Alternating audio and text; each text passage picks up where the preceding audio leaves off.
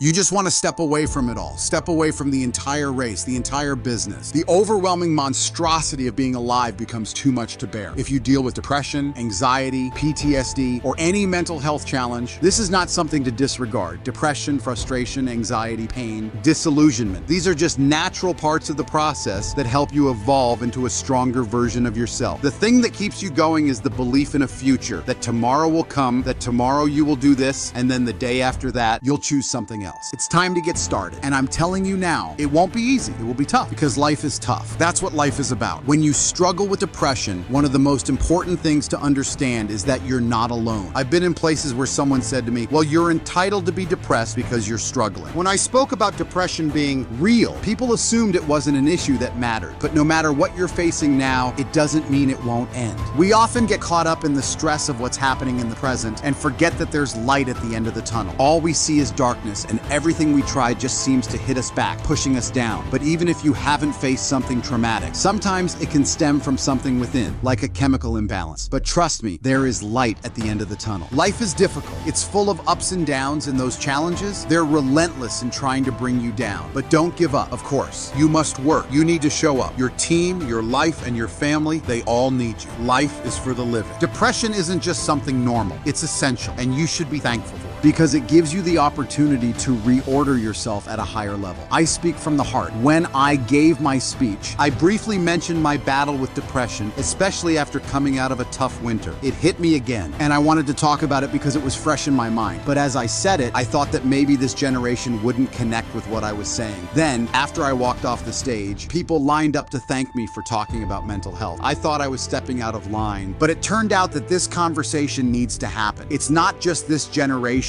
People everywhere are waking up to the fact that mental health is a real issue. The more we talk about it, the easier it becomes for people to face their own struggles and get the help they need. Line up your problems, face them, and fight them. Don't let them defeat you. Don't personally identify with them. Look at it like winter. It always turns into spring and summer. Look at it like nighttime. It will eventually turn to day. Hold on to that basic quality of faith, knowing that after your pain, something good awaits. Suicide is a permanent solution to a temporary problem. Whatever you're going through, no matter how tough it seems, it will pass.